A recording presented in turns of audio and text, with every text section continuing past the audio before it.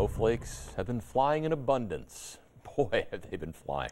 We have seen snowfall amounts the greatest we've had since the late 90s. So there are some of you who are obviously in school who have never seen snow like this. Here is the severe thunderstorm. It is from just on the west side of Campbellsville into the northwestern part of Taylor County. The storm itself is tracking to the south and maybe a little bit east of due south at this point. When we're looking at the shear with this storm, again, it's sitting about 6-7 miles from Campbellsville. When we're looking at that, it's coming in at a shear of around 45 miles an hour. But here's your tornado warning.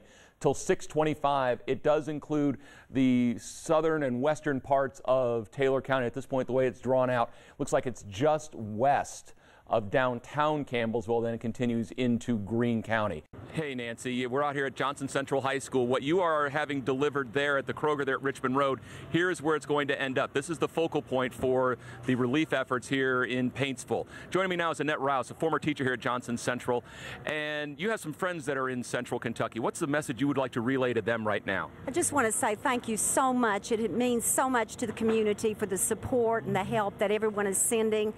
Enough is never enough, and we're just so appreciative. All right, Annette, thank you so much. I know you were touched pretty closely by this being a former teacher.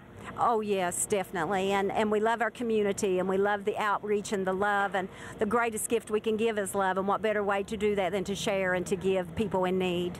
All right, Annette, thank you very much. And again, we wish speedy recovery for everyone out here in Johnson County. So, Kevin, that's the situation here. We'll talk about the weather coming up, which is a lot calmer. We'll do that in just a minute. First of all, the record cold from this morning. These are our very coldest temperatures that we saw around the area from the Kentucky Mesonet, Cynthiana, 22 below zero. That station is actually just north of the town of Cynthiana along the Licking River. In Richmond, it was 19 below. Taylor County, Campbellsville, 18 below, 16 below in Boonville. Moorhead was 12 below. Our main reporting stations officially. Lexington 8 below. Frankfort was 9 below. 8 below in Mount Sterling. 9 below in Flemingsburg. Remarkable, unbelievable cold. So yeah, there's one record down. Record low high for today, 7. Beat the old record by 12 degrees. Dated back to 1936. And then the record low for tomorrow morning is 0. That goes back almost 120 years, and we should obliterate it by over a dozen degrees. Meteorologically, that should never, ever happen. But obviously, we're going to get something awfully close to that. We continue to track strong and severe thunderstorms across the area. The storm in Taylor County continues to be the most dangerous at this point on the MaxTrack Live Doppler. And we are showing you this now as we are at just a little bit past 6:15. And again, you see, first of all, the line of severe thunderstorms that came through has now just about exited Kentucky. It's in Harlan and Letcher County, continuing now into Virginia and away. But as we look here, the storm itself, the one that is most dangerous at this point, it is pouring beyond belief right now in Campbellsville, likely some hail. If the storm remains tornadic, it is likely just southwest of Campbellsville, maybe getting into Greene County at this point. But until 6:25, there is a tornado warning for areas near the Greene County line in Taylor County. That storm now really moving more into Greene County at this point. But the lightning has been epic.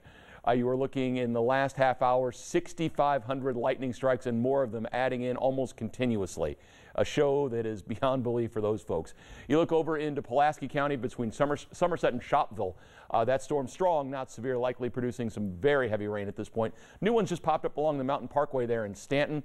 We have a flash flood warning, a lot of high water. There's no place left for it to go, and there's more on the way. But until 7 o'clock, Clark, Fayette, Jessamine, and Madison. Fleming and Rowan County until 6:45.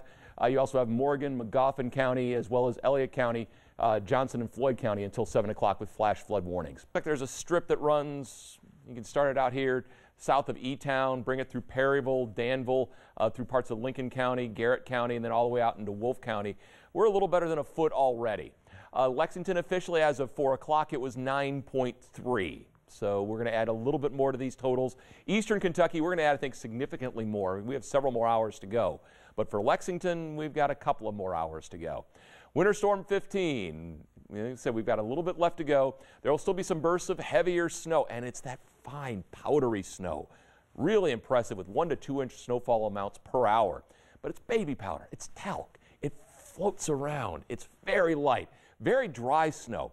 It's a high ratio snow. When we're normally talking snowfall, it's a 7 to 10 to 1, 7 to 10 inches of snow per 1 inch of rain. we're getting close to doubling that. So it's kind of like having a snow sale. Same amount of money buys you twice as much snow with the higher ratios. It's kind of a neat way to think about it. Regardless, there are major travel impacts that we have highlighted so many times here for you.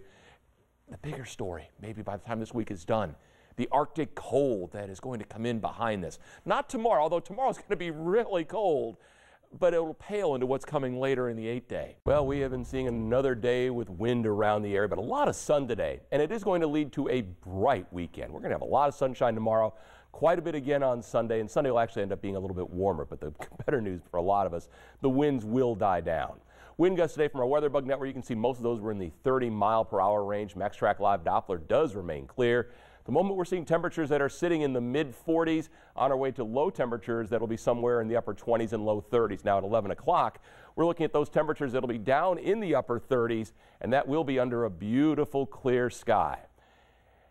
And now we're going to talk about El Nino. Long before we had terms like polar vortex and derecho to scare you, we had El Nino.